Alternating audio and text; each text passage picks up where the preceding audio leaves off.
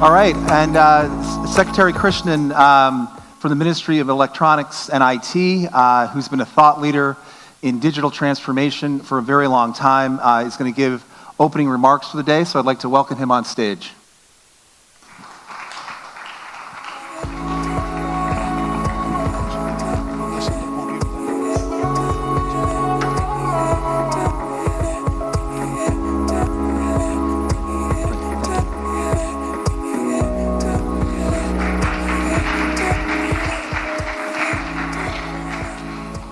Good morning to all of you, and I think it's wonderful being here this morning speaking at the Algorand Impact Summit.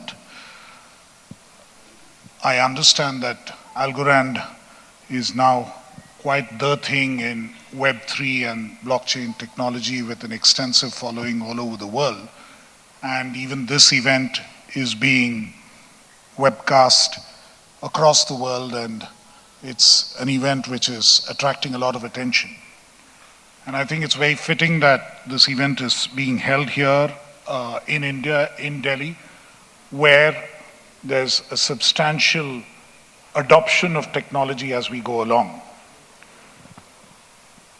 The master of ceremonies was very kind and extra generous in describing me as a thought leader in all things digital. I should honestly confess that I'm no such thing, but I think technology does one important thing, which is it converts even non-technology people like me over time to start thinking about how technology can be applied. And I think that is very relevant. I took on this assignment in the Ministry of Electronics and Information Technology a couple of months ago, having spent almost 34 years in the Indian civil service, doing a variety of things where you find the transformation of technology over the last 30 years has been remarkable. 30 years ago, the first time I ever saw a computer was when I joined the civil service as a trainee, and that's the first time you got exposed to it. But now it's all over the place. When my wife and I, we got married about 30 years ago and we bought our first computer. A 40 MB memory cost 14,000 rupees, which is a hell of a lot in Indian terms. And today you can buy a full-fledged laptop for just that amount.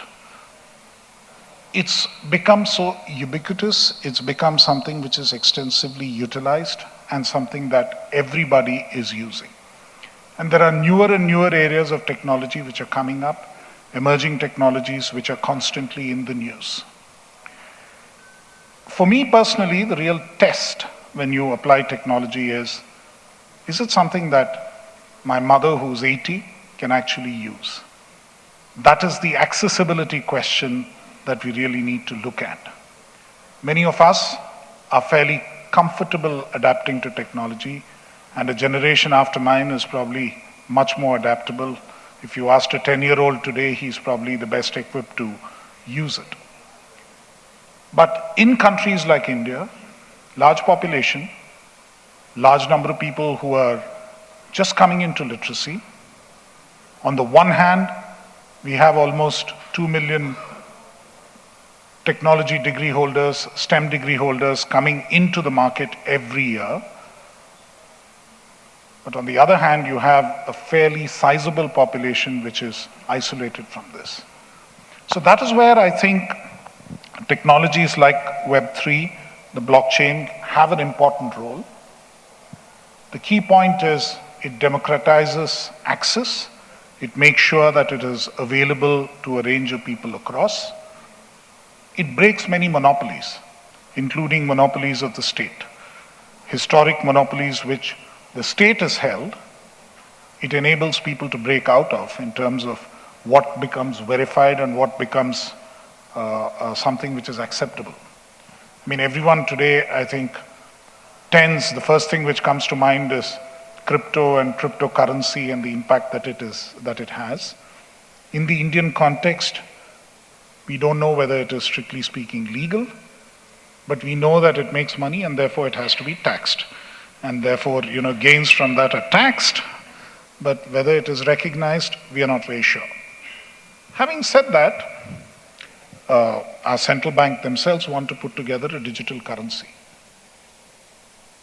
The problem with that approach is that the conversation sometimes stops there, and you don't really think about what happens beyond that. And the publicity for that particular area is mixed, and all of us know that. The applications beyond cryptocurrency and the applications in the way that documents can be verified, people's lives can be simplified, is really the thing that we need to rely on. In the panel that will follow my talk here today, you will probably hear a lot more about the actual use cases and the way in which it has been applied in different parts of India as well. We have applications in land records. A southern state, Karnataka, has a system called Kaveri where they've done it. One of the biggest nightmares for people in India is to verify. I mean, there are a large number of universities, record keeping sometimes is poor, large number of places where people finish their school from. So how do you verify all of these school records? How do you make sure that these are not fabricated records, somebody is not put them together in a way that they're not supposed to? Blockchain-based applications are being used extensively to enable that. It makes my life much easier. Otherwise, it takes many, many years to get any of this done. And internationally also, it can make a significant difference. We are an increasingly global population. People sort of move around globally. I can assure you bureaucracies are the same whether it is in India or anywhere else in Europe or any other country. I know the trauma that many people go through to get their educational certificates verified, the trauma they go through to make sure that they have a birth certificate, the trauma they go through to have their marriage certificate verified. All of these are issues. And there are long queues outside people. It's called, what is it called? Apostolic verification or something. So they get stamped all over the place, and different countries ask for this. It's basically the embassy of one country verifying whether this is the appropriate document and then going to the other government and getting it done. And the trauma and the nightmare, somebody comes home for a holiday for about 2 weeks or 3 weeks and they're just spending all their time chasing this kind of documentation. It just makes life so much easier that all of this can be verified on a decentralized basis. It's all about ease of living, which is an important objective which I think across the board we should be striving for.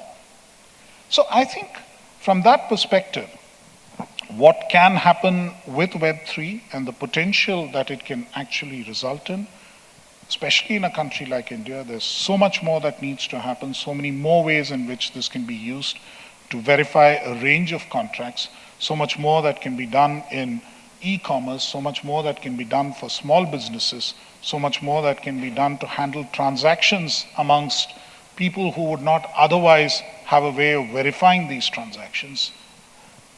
That is the real opportunity which exists. That is where the democratization can take place. That is where trust can be built, and that is where so much of productivity can be unleashed. If you can do this much faster, you've saved all that time. If you can trust a particular set of documents and you can trust an entity that, this is what is being said, it makes such a huge difference. So I think that is where the real potential lies, and that is where we should be looking for growth.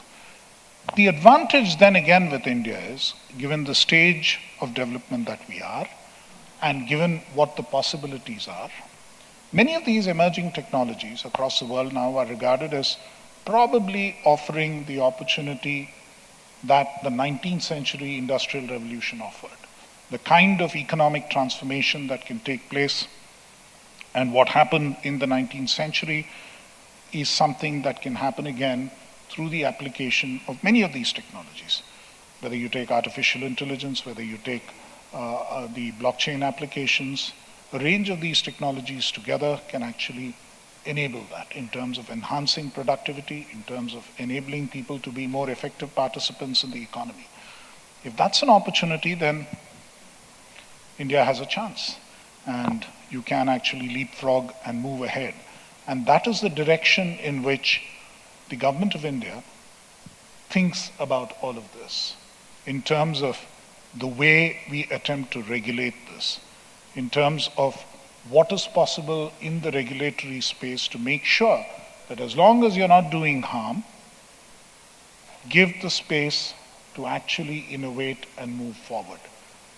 And I think some of the recent laws we've enacted, the data protection, the privacy bill, which has been enacted recently, which is currently, the rules are being framed and it will shortly come into application. Globally, and I've spoken to people from the European Union, I've spoken to people from the United States, from across the world, all of them feel that it has struck the right balance between regulating the sector, regulating the use of data, and not preventing innovation, permitting innovation. A similar balance, as and when this regulatory challenge comes up with regard to emerging technologies, is what we would attempt through the Digital India Bill, which is the next stage of the way we intend to legislate. Our ministers have been speaking about it. There have been inputs we've received from multiple stakeholders. There would be more widespread consultations. There are a few early drafts which we are still working on. But when that happens, one thing I can assure you is that the space for innovation would be preserved. The space for having regulatory sandboxes where a number of these innovations can be applied is something that we can work with. And hopefully, India would become the location where a lot of the innovation in this area, a lot of the further development in this area, many of the startups can come up. There's data, NASSCOM, which is our trade body in this area, tells us that of the Web3 talent pool across the world, India has about 11%. Still a little below the 18% we should have based on just population, but yeah, 11% is a fairly decent number to have. And we are the third largest talent pool across the world in this particular segment. There are currently, last count, about 450 startups who are working with Web3 technology across India. I'm sure there'll be many, many more which will be using this kind of technology. This is an opportunity which is immense. This is an opportunity which can take India to the next level. Hopefully we would ride this wave, and with support from the government in the form of whatever we can do. My ministry has already put out the National Blockchain Strategy, which was about 2 years ago in November of 2021. In the meantime, in a number of ways, the globe and India has been overtaken by all this buzz around artificial intelligence, which is another emerging technology. In some ways, it interfaces in the way that it uses data. There might be some interface, but that's become more the buzzword in the last year or so. So suddenly the focus has shifted in that direction. Though ultimately, I believe, through Web3 and through the mechanisms that it offers, the way that verifications can happen, the way that truth can be verified, the way that services can be offered to people, in terms of a direct impact on lives of people, Web3 based technology and blockchain technologies have huge potential, which is still unexploited, which is still unutilized, and something that in the years to come, and not too many years, hopefully in the months and years to come, is something that we can fully realize for society at large, for India as a country. And today India is in the forefront of sharing the digital public infrastructure that it builds globally. Some of the digital public infrastructure that we have put on India Stack, which is available for deployment across the world, which our Prime Minister has already announced in the last G20 summit. We are actually putting in a social impact fund which will help to promote this across the world.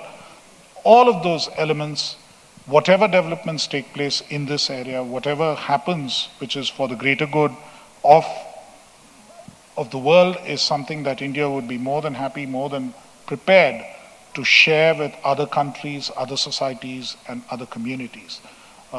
We are investing a lot in the youth. We are investing a lot in the energy of the startup ecosystem. the energy of entrepreneurs, and hopefully, using this technology, they will take us places which across the world is something that we will stand by and celebrate in the years to come. I wish this Impact Summit all success, and I certainly hope that the conversations that you have today will lead to the kind of outcomes that we are looking for in the years to come. Thank you very much for having me this morning.